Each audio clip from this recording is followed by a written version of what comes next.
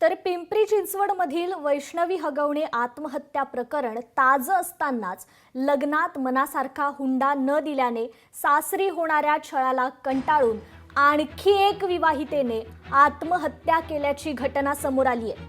विशेष म्हणजे ही घटना देखील पुण्यातीलच आहे। सासरच्या छळाला कंटाळून हडपसरच्या देवकी प्रसाद पुजारी उर्फ दीपा हिने आत्महत्या केली आहे। तिच्या वडिलांना पोलिसात फिर्याद दाखल केल्यानंतर सासरच्या मंडळींविरुद्ध गुन्हा दाखल करण्यात आलेला आहे। या प्रकरणी पोलीस अधिकचा तपास करतायत। मात्र वैष्णवी हगवणे आणि दीपा यांच्यासारख्या नववधूंनी हुंड्यापायी आपलं जीवन संपवल्याने समाज पुन्हा जुन्या रूढी परंपरेत जखडला जातोय का, हाच प्रश्न खरं तर आता उद्भवतोय।